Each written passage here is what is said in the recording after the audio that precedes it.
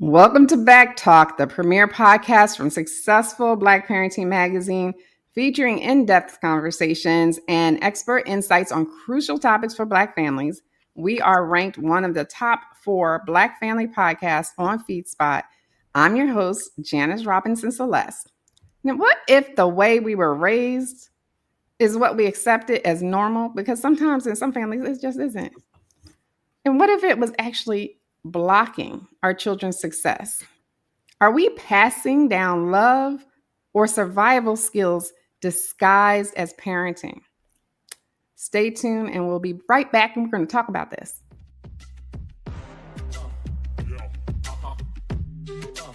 This is Back Talk by Successful Black Parenting Magazine, the most listened to podcast for parents by parents.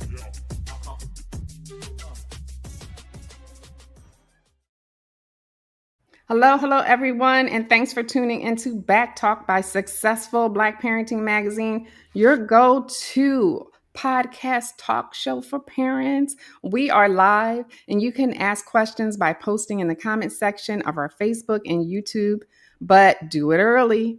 Share our podcast with your friends. Please shout it out to your followers because sharing is truly caring. And don't forget to use hashtag BackTalk when you post, because I like to go into like Instagram or wherever and just see what BackTalk is like trending or doing. And, I get really disappointed. I don't see a lot. So use hashtag BackTalk.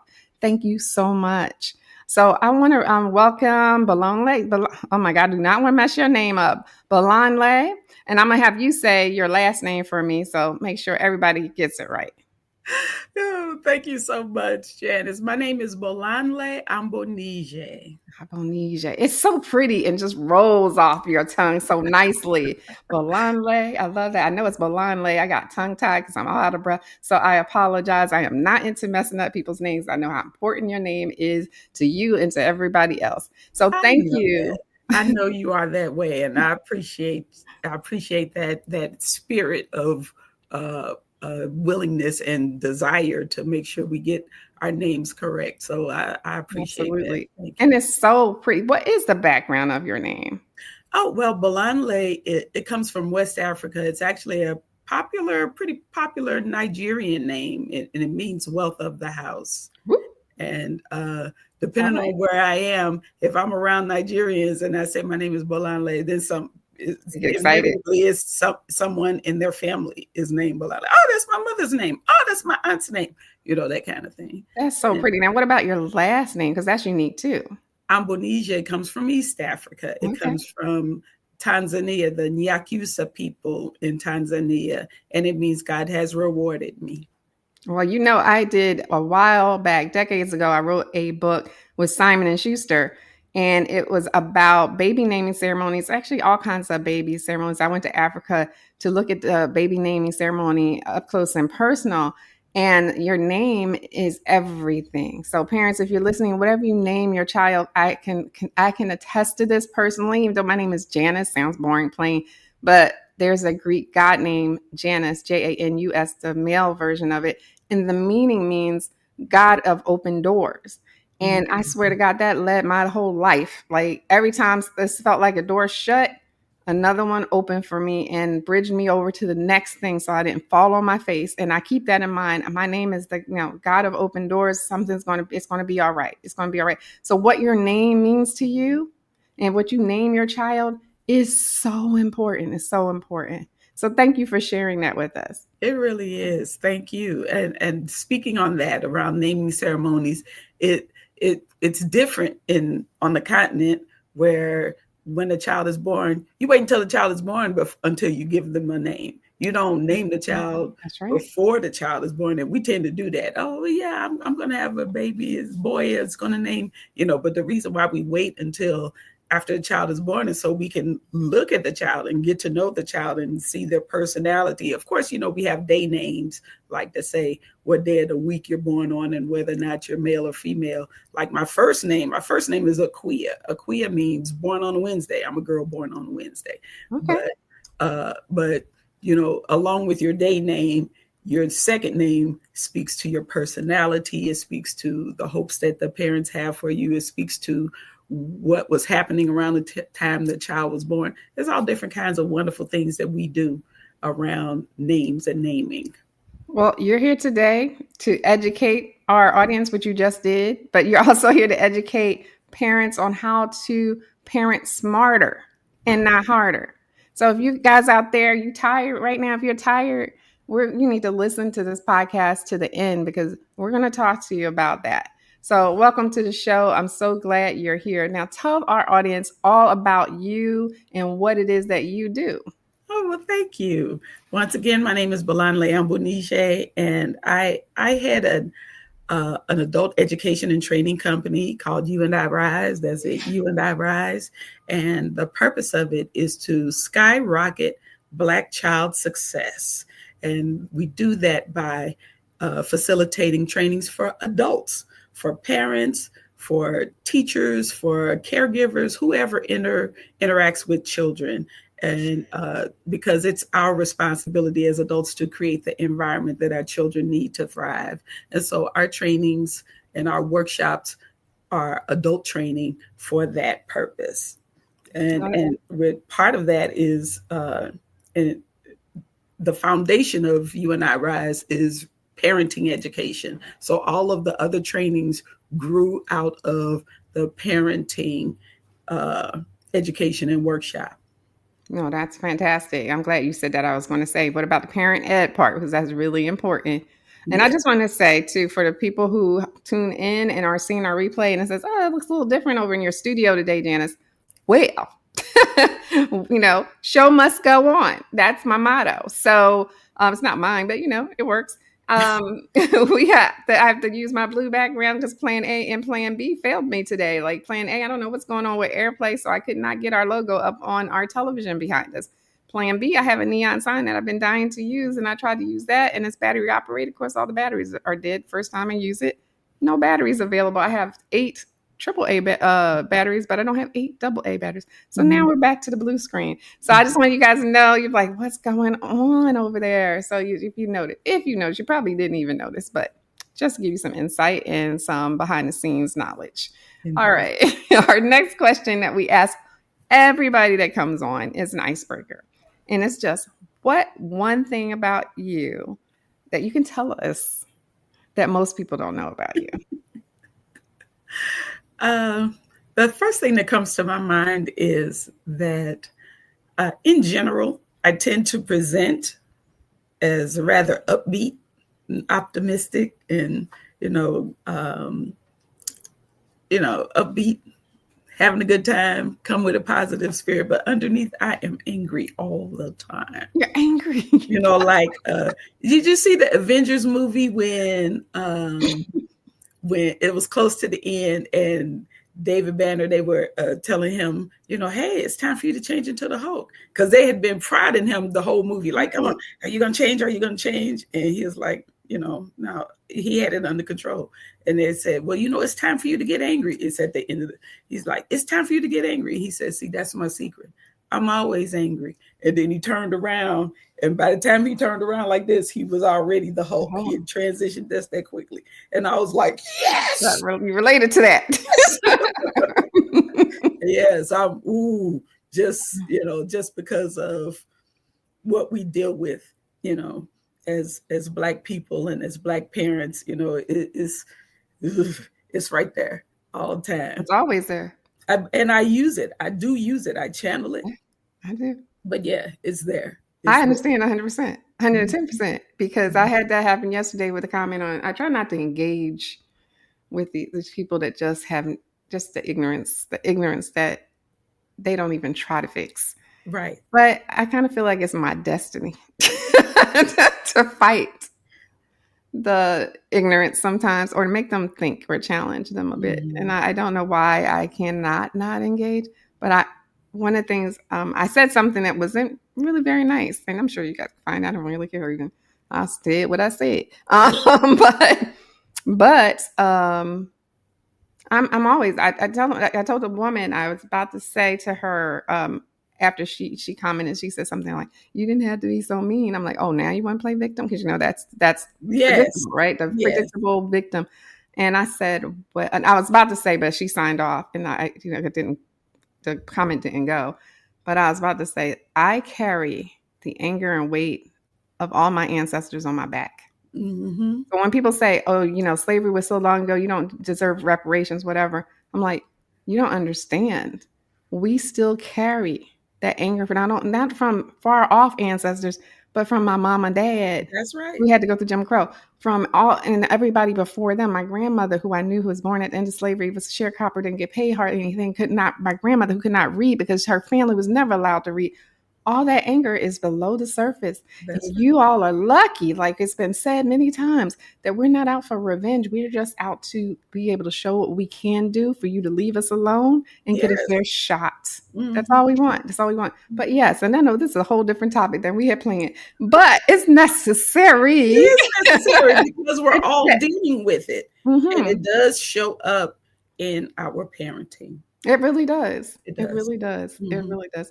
So talk about that a little bit. How does it show up in our parenting? Well, because of the way we were parented and the conditions, the conditions that we are born into, that we rarely take into account. We,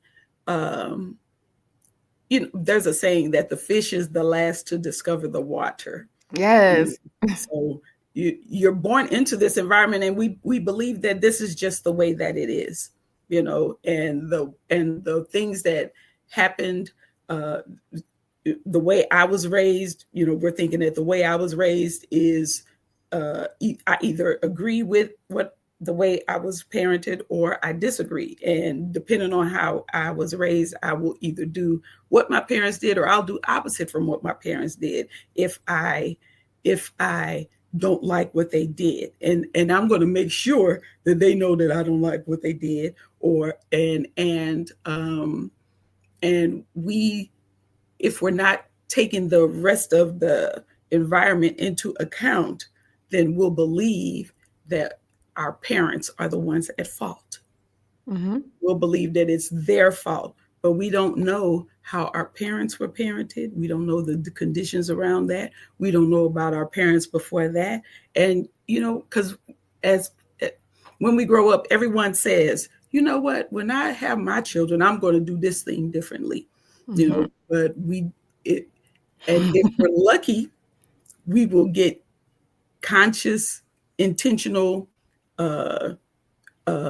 empowering information that will allow us to break cycles, that will allow us to break negative patterns.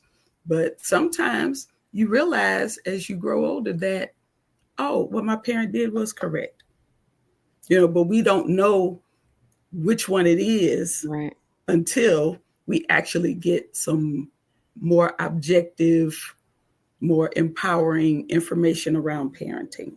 Right. We don't know if what they did was right or necessarily wrong until you see other things and you get out in the world. Because I know I parent totally differently than my mom and dad did. And Mm-hmm. my daughters are parenting differently than I did. So it's changing. That I don't see like the generational curses transferring in our family. Thank goodness, because some of them were horrible. So, yeah. And I read recently that trauma all the way back from generations ago, we were just talking about slavery even, that trauma lives in our DNA, like scientific proof. So that anger that we just talked about that lays beneath the surface is justified by science, honestly, because it lives in our DNA and because it still stays with us. I still believe that, our reparations are due. Besides, I'm here to collect from my ancestors. So that's a whole different topic again. But my ancestors, everything I do, I'm like, this is a win for you. I know you couldn't see it, but I'm here to everything for me leads with that. So, but yeah, so you're absolutely right. But you were going to say something about that. I can't remember it. That's okay. I'm the same way. I'm the same way. I have to have my notes, so I get you.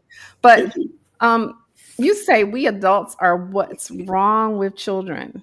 And that's a really bold statement, right? Can you unpack that for us? Sure. Whenever we get together in groups as adults, we inevitably end up talking about our children. Yeah. And a lot of the time, while we are you know, we already know that we love our children, but the things we say, Mm-hmm. if you listen to the things we say, it doesn't really sound like that. You know, we complain about children being disrespectful. We complain about children being uh, uh, lazy and all kind of other things, and we don't take into account the fact that we are the ones raising them. You know, we act as if our children uh, behave the way they behave, and it's in a vacuum that we want to uh, criticize them for things that they don't know, but that we haven't taught them.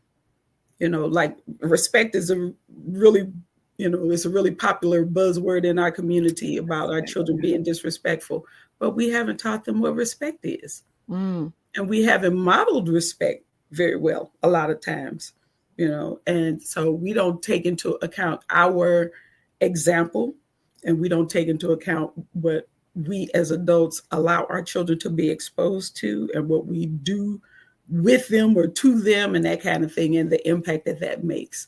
And so children are doing what children have always done, which is copy adults. Yeah. This is no different. What we're experiencing now is no different. It's just that when, you know, you've mentioned how in your family you were able to interrupt generational curses, Mm-hmm. and that's wonderful. And there are many parents, many families where generational curses continue, but they don't just go from one generation to the next. With us as Black people, I'll talk about Black people in particular, but we tend to take things to another level. That's what we're talking about. It doesn't just stay the same. The curse doesn't just jump from this parent to this Yep. child and it stay the same. No, we got to we move it to another level. Mm-hmm. Yep. Just like the great things that we do. Yeah. You know, we take it to another level. Basketball, gymnastics, golf, you know, all Boom. the things that, you know, all of the things that the world look at us for, all the other things culturally, our dance, you know, we're always on the cutting edge. We're always taking things to another level. And the same thing is true regarding our dysfunction. Mm-hmm. Take it to another level if we do not interrupt it. Yeah, I agree. I agree. That's why I say give us a chance. We'll excel. We're That's gonna right. do well at it. But, you Mhm. know, so but you've talked about respect. I just want to comment on that a bit because I was a high school teacher, and one of the things I've noticed right away is that the kids today, all the kids from different backgrounds, you don't automatically get respect. Like back in the day, you were expected to just automatically respect everybody, respect your elders, respect it. Today, the kids don't give you. You have to earn it. That's right. You have to earn it. And I Mhm. get parents, and I know they're out there right now saying, I ain't earning nothing. You respect me, blah, blah, blah. And I'm like, your kids might, because they might be scared of you, or they might just, you know, maybe they see what respect looks like in your household. But these kids out here, you have to earn their respect. And Right. that's what I found different. And we're the ones who did that. You know, we're the ones who in, who gave our children that message. You know, because there's a part in you know, like when I'm facilitating parenting, our parent workshops, tapping our parental power. We talk about the breakdown of community.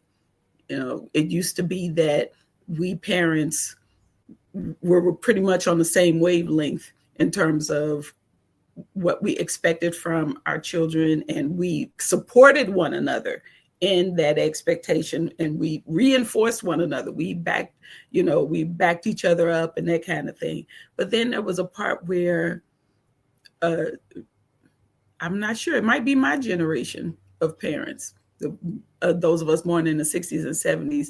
I'm not sure if it happened with this our generation of parents or the ones before it. Somewhere in between there, it became, don't talk to my child. No, Yes. I'm the one who disciplines my child. You Mhm. don't say nothing to my child. We're the ones who created that. Right. I Where, think it's our generation because I remember people could talk to me as a child and tell me and go tell my parents, but it was right. just starting to ease up then. But Yes. yeah. Yes.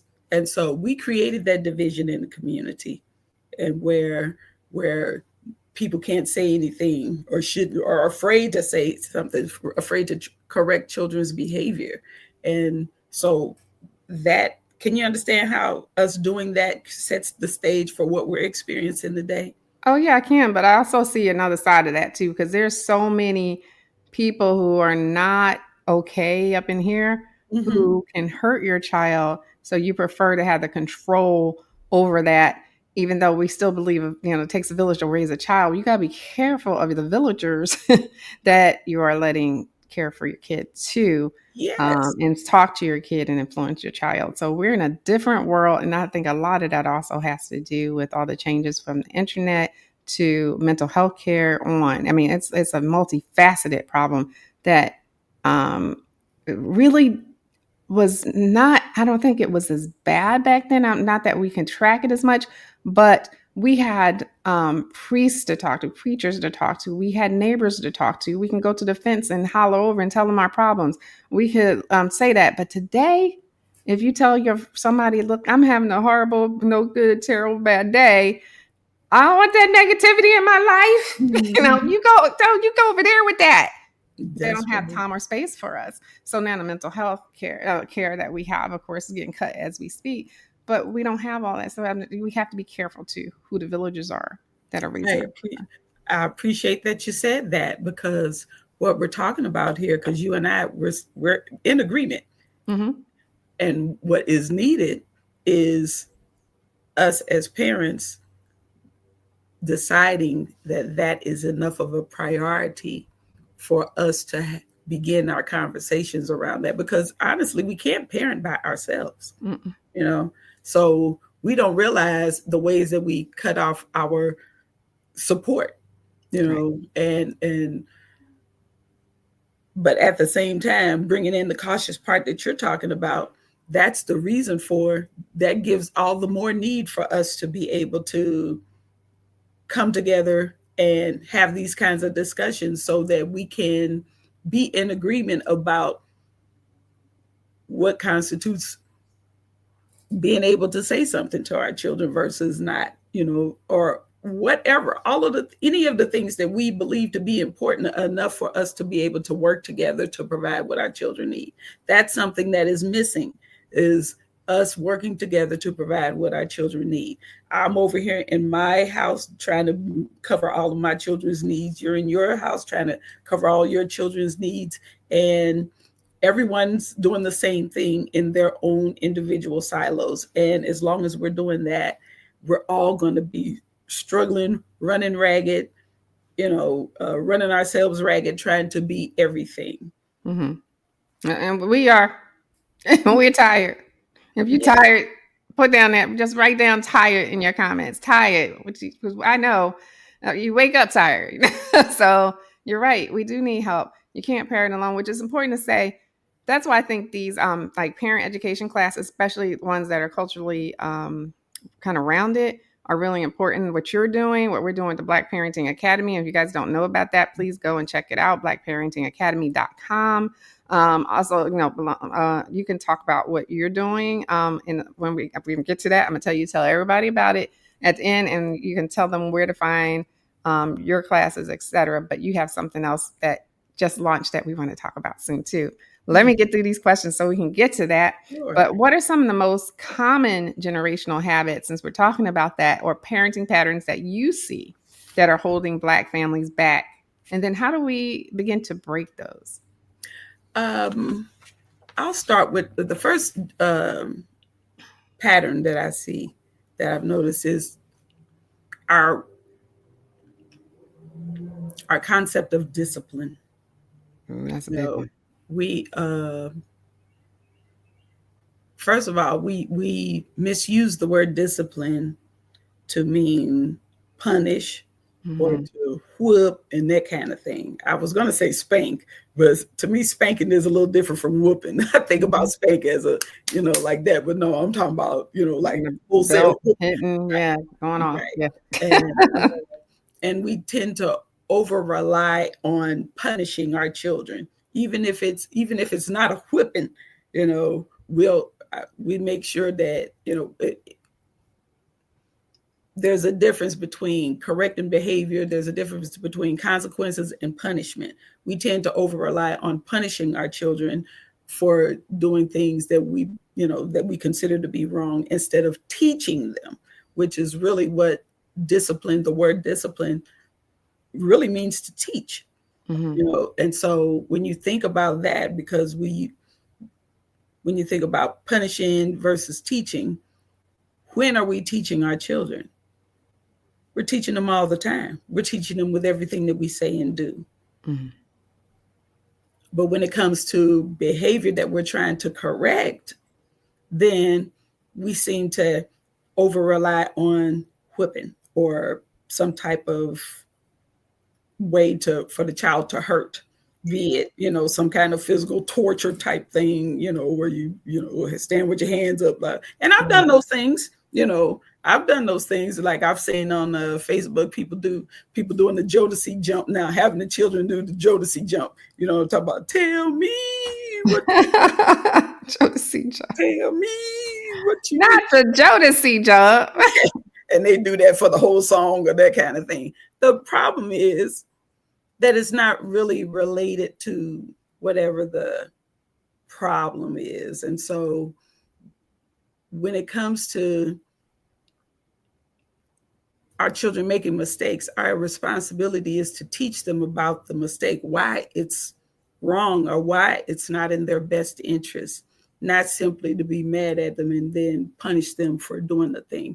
We still need to teach. We still need to. Sorry. That's my mother's the only one and my daughters that can get through on my phone when it's muted. That's it. Emergency contact. So she knows I'm on a broadcast. She's just not thinking. But go ahead. And it's our responsibility to prepare them for life, because they won't always be around. We won't always be around when they're making mistakes. So it's our job to equip them with information so that they can make wise decisions, make informed decisions based on likely outcomes, likely consequences. So we could, if a child is lying or something like that, we could, whoop them for lying, but whipping and lying don't really correlate to each other. Right. The crime doesn't meet the punishment. Right. And so it would be more helpful if we taught them about the consequences of lying. And I'm not opposed to, setting up, I think about it like setting up scenarios where they can feel the effect of it, like feel the impact of lying. So it's like, oh, I don't like it when people lie to me. Okay, then don't lie to other people, that kind of thing. Right. We have Falami. She posted tired with her cute baby there. Look at that.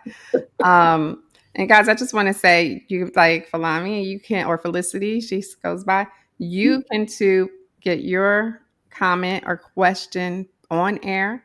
You just have to post it under her Facebook page in the comment section, or if you're on YouTube and watching this, you can just post it in the comments there. It takes a second to come over, so do it early, and I will make sure that we put your question or comment up on air. So I'm going to just put that there, so that's me. You can post your questions, and you can see it just like that.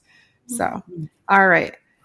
So let's go back let's not go back. Let's go ahead. Let's move forward. But you have something called the TOPP TOPP manual that helps parents move from just reacting intentionally to designing the future of their family, which is parenting smarter. You got to explain that, because what is a TOPP? What is this? What is it? Well, the TOPP manual is what I use when I'm facilitating the Tapping Our Parental Power workshop. That's what TOPP stands for, Tapping Our Parental Power. And I use that when I'm facilitating the 24-hour workshop. And what has happened with that manual now is, let me tell you what because while facilitating the workshop, parents would say, hey, can I get a copy of this manual so I could give it to, my sister or one of my friends? I want to buy a copy, that kind of thing. But I was unable to sell them the copy because that manual has to be facilitated. I have to, there are prompts and that kind of thing. They're discussions that we have in order for them to have the information they need to fill out the manual, because the manual itself, it constitutes their parenting plan, because that's what we do in the workshops. We come together, we go through exercises, complete exercises, and participate in discussions that allow us to approach parenting in a more proactive manner, and be able to create plans for ourselves, our parenting plan based on our unique personalities, our unique family conditions, and that kind of thing. So that's the purpose of the manual. What we've done with the manual, because there were people in the workshop who asked to get a manual for someone else who wasn't in the workshop, I couldn't sell the manual. So what I ended up doing was I took the hint, because I would just say, well, no, I don't sell it, and leave it like that, but then it took a while for me to say, hey, okay, you need to you need to finish it and put it into a form that can be sold, and so that's what I did. And that's what the name of the book is, Are These Really My Kids? And so it's the 24-hour workshop into a standalone book that any parent can then invest in to create a parenting plan for their families. Right. And I'm going to take us to the side so you can see it. You guys can check out the book right now. That's the cover of the book. Are These Really My Kids? Yes, tapping into my purpose, power, and patience as a parent. There you go. There you go. And where can they get that? Oh, I can post the link. What's going on is we're still in the final stages of publishing, and it'll be available August 1st. Now, I will have a few copies before then, but my official launch date is August 1st, and I can.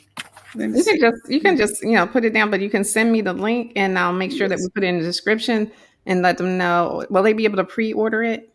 Yes. Okay. And that doesn't start till August, the pre-order, or? Well, no, we can pre-order now. That's what the official launch starts August 1st. And so I'll have the books before then, but that's the actual launch. Okay. But yes, I well, congratulations on that. It's always great to see your work come to fruition like that. And that was brilliant of you too. It is. Mm-hmm. Okay. So you also teach a model called You and I Rise, the letter U, ampersand I, Rise. What is that, and how does it transform parent-child relationships? Well, the name of the model is the You and I Rise relationship and productivity model.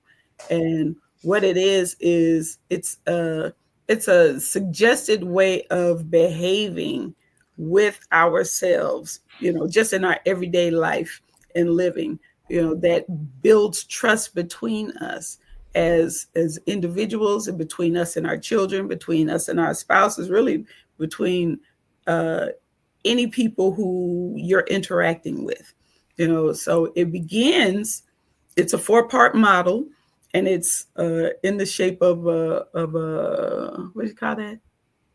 Triangle. Mm-hmm. It's in the shape of a triangle, and it begins with willingness. It starts with willingness, and if there's willingness, then we can move to the next step. If there's not willingness, then we can't. There's no need to go any further. So if you ask me, okay, well, I don't know, willingness to do what? The first step is willingness to be self-aware. I have to be willing to know where my beliefs, my attitudes, my behaviors, my emotions, where they come from. Why do I believe what I believe? Why do I do what I do? Why do I feel what I feel? I have to first be willing to do that, to look at myself. Right. And then the next part is to be able to account for that, be able to explain that to people. So me knowing it myself is one thing, but willingness to explain it to someone else, because we do impact one another, that's another thing. And, we hear a lot in society talk about, oh, we need to hold these people accountable, or you're unwilling to be accountable, and that kind of thing. I don't think we talk enough about what that word means, what accountability means. And really, the root word, when you're talking about accountability, it just means to explain. That's the root of it, to explain. If you're willing to explain why you do what you do, that is being accountable. But there's a lot of people who are unwilling to explain. And that, as long as there's unwillingness, again, you can't do anything about that. If there's unwillingness, you can't go any further. So first is willingness to be self-aware, to know where your stuff comes from, and then willingness to explain yourself. Right. But don't you need like therapy sometimes? People can't always just be introspective like that. A lot of people need to do their shadow work and figure out what it is that and where it comes from. And I noticed that like in our community, especially, they don't want to go get therapy to figure it out, especially because they've not figured it out for decades. A lot of them, I'm thinking of one person in particular right now, but there's like they have not figured it out. I appreciate that you said that, but I wasn't even going as far as therapy. I'm talking about just regular everyday interaction. Really? Although you're correct, you're entirely correct about that, about the need for therapy. Because we all, especially given our history as a people, part of the reason we continue the reason why we continue to perpetuate our generational curses and perpetuate dysfunction and that kind of thing is because of an unwillingness to go to therapy and that kind of thing. But even before getting to therapy, there has to be a willingness to just look at ourselves, to just look. And some people aren't willing. And if you're not willing, then there's not a whole lot you can do. But if you are willing, then starting with I call it the babe, our beliefs, attitudes, behaviors, and emotions, being willing to look at that and then being willing to explain that to somebody else. Yes. Absolutely. And I'm talking about just the surface stuff. I haven't even get deep in there. Okay. No, right. I think it's good. I know people that can't even see themselves on the surface for whatever the reason is. Some of them have some disorders probably that need to be diagnosed, but they can't see they do any wrong. So you have people out there like that, Yeah, there's a thing about a lot of times it really has to do with, because I'm thinking about the feelings that are under that, and that has to do with things like embarrassment or shame or feeling guilty and that kind of thing. And so a person may not want to say it because of the way that they feel about it, because of the judgment that they have about it. And even if it paints you in an unfavorable light, whatever the answer is understandable. It's a human thing. It's a human thing. Whatever we've gone through, everything we've gone through is human. We've had human experiences, but we've been made to feel ashamed. We've been made to feel embarrassed about things that happen to people every day. We have been made to believe that we're supposed to be perfect, like we're not supposed to make mistakes and that kind of thing. And that's just not possible if you're alive. And nowhere is it more important to be as realistic and realistically human as when we're parenting. We make the mistake of thinking that we must appear perfect in the eyes of our children, or we must appear that that every decision that we've made was the right decision, that kind of thing in front of our children, and that in and of itself is a mistake. Okay, it is. And I think it's good for your kids to see you make mistakes and you explain how you either corrected or dealt with it. They see us making mistakes. They see us make mistakes. They do. Now, whether or not we admit that, or whether or not we account, because that's that explaining part. Whether or not we explain that that, yeah, I made a mistake. I thought this was going to have this outcome, but it didn't have this I love outcome. that. Or I was upset and I did this and I reacted instead of, I did a knee jerk reaction and that was a mistake, that kind of thing. Right. Because it teaches our children. Exactly. And I think it's okay for parents to apologize too, especially if it affects the child. So, Otherwise, how are our children going to learn to apologize if we don't apologize? right. We can't just make them do it when they do something wrong. It goes Right. both ways. It really does. Right. It comes down to us as being the example. Yeah. And that's part of the beauty of what we do in our Tapping Our Parental Power workshops, that the parent will get to experience if they were to purchase the book. Are these really my kids? Is that you get to do it, get to go deeper with yourself, because really it's about the goals that you have for your children. It's about bringing about the atmosphere, the energy, the relationship that you want to have between you and your children, and being very intentional about bringing that about. So you don't have to guess about how to do that. You don't have to engage in trial and error. You can have accurate information and immediately implementable tools that make it happen, just because that's what happens when you do something intentionally. You do it with the awareness and you do it with intention. It happens. It does. Now, I found this interesting about your manual is that sex education and mate selection are in the manual, which many parenting books avoid. Most of them probably do.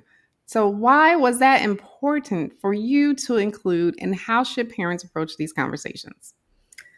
It's important because puberty is inevitable. It is not something that you can control. You cannot stop it. It is a freight train. and so, we really have to ask ourselves, where do we want to be? Do we want to be on our children's side and helping our child to navigate this part of life that is going to be a part of their life for the rest of their lives? Do we want to be on their side while they're getting to know this and navigate this? Or do we want to be an obstacle to them being able to navigate it successfully in a healthy manner? Which do we want to do? So it allows us to say, okay, well, how do I want, if I had my way, under what circumstances would I want my children to get married? Under what circumstances would I want my children to have sex? Under what circumstances would I want my children to have children? To think about those things. And it's not as if, and being able to write those down, it gives us a way to begin the conversation with our children. And really, even before that, because it does have places for us to think about that. Before that, we're talking about who they are as people and helping our children as people to get to know themselves, like what our children like, what they don't like, what they're good at, what they're not good at, what they wish they could do better, what things that they would like to do, what problems do they see in the world that they would like to fix. As the more we can get our children grounded in themselves, then and being able to help them to discover their purpose, then our children are more grounded and are able to see other people in a more accurate light. So if my children are grounded in themselves and they're doing things that they like to do, and they're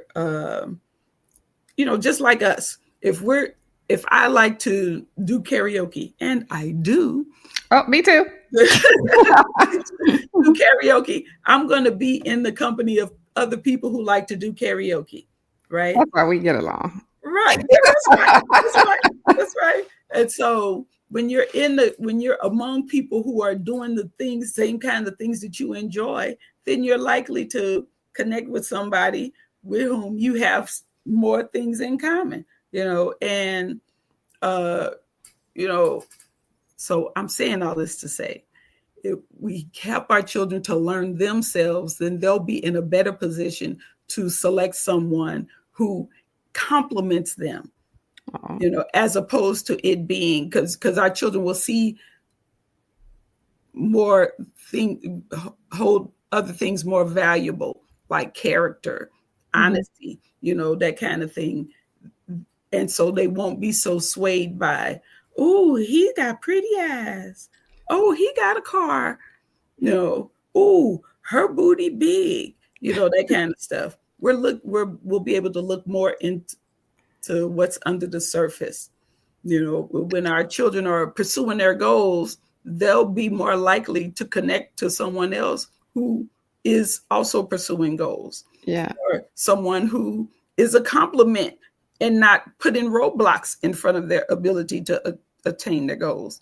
You understand what I'm saying? Oh, absolutely. And I love that you use those examples because we parents, we know we heard that before. So we heard those before. And, or you may have been the teenager that said those things too. So right. It's very, very familiar. We're starting to run out of time, but quickly for parents who might feel overwhelmed and discouraged, maybe they didn't grow up with great examples. What's the first step they can take today to become an equipped parent and do better? I mean, we're all doing the best we can, but when I say do better, just for growth, because I always believe in growth. So I want you to ask that question again so that I can. Okay. Please ask it again. So for our parents who are listening right now, they're overwhelmed and discouraged maybe. Maybe they didn't grow up with a great example. How can what's the first step they can do to become an equipped parent so that they can, grow as a parent? Oh, well, the first thing is to get information. Yes. That's the most empowering thing that anyone can do whenever they're in a situation, any situation that in which they feel overwhelmed, is to get information, because that means that there's other information out here that can help us to do things easier, or that can help us point us in the right direction about the things that we need. Because on that continuum of feeling, so if you're feeling overwhelmed or tired and that kind of thing, and you get to feeling too overwhelmed and too tired, then a lot of times you're not good, meaning you're not able to act in your best interest and that kind of thing. But past too overwhelmed is overwhelmed enough. Past too tired is tired enough to do something different, to get more information, to ask for help. And if you're there, then we're here. There's a plethora of resources here with Successful Black Parenting magazine. There is books out like mine, Are These Really My Kids? It allows you to create your parenting plan and approach parenting in a more proactive and planned manner. Black parents are coming together all over the place. Yes, we are. And it's a beautiful thing. We see the value in us coming together.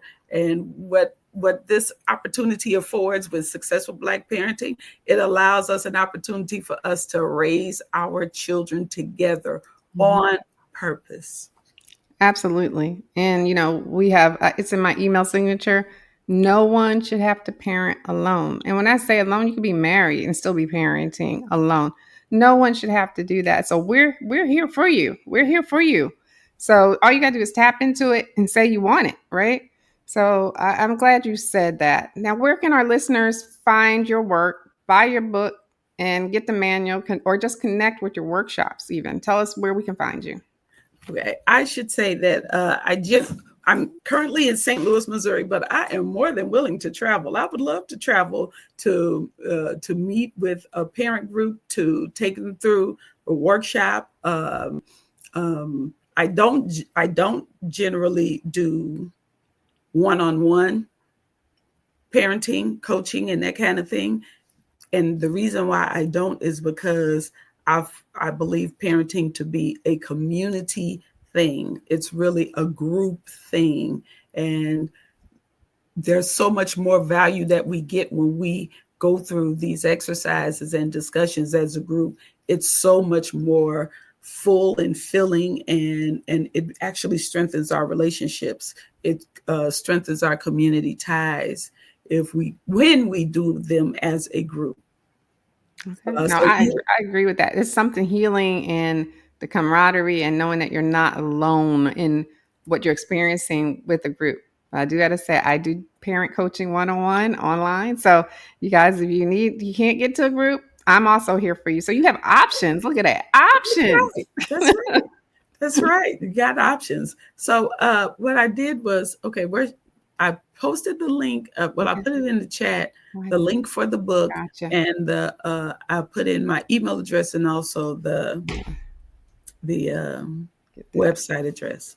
Fantastic. So what I will do is I'm going to copy that and put it in below the video. Once it's going to run on Spotify. This video will be on every podcast platform. So you can find us everywhere, guys, from Apple to Google to Spotify, on anything, anywhere. Just look up Back Talk by Successful Black Parenting. Well, Bolanle, I wanted to thank you for coming on the show today. Yeah, I could talk to you forever. Thank you. I feel the same way, and we're going to have to spend some time. Got to have to appoint some time so I can come see you. And we're going to come to Atlanta. I will be there. Atlanta. I will be there. All right. Just let me know. We'll go have coffee, go see some sights or something. Okay. Mm-hmm. All right. Well, thank you again. And I want to thank all of you for coming on the show. A big shout out to everyone who's watching the replay. You keep us going. And I want you to follow us. It's so important that you follow us on social media. We got to get our numbers up, guys. We really are unique, but what we need is everyone to go on everything from Instagram, YouTube, Facebook, TikTok. Go follow us there, because every time you do, it helps us. Just think of it giving us a breath of life to keep going. It really does matter. So click on everything, follows, likes, ads. And until next time, I wish you all the best and much success. Thank you all for listening. All right. Bye-bye.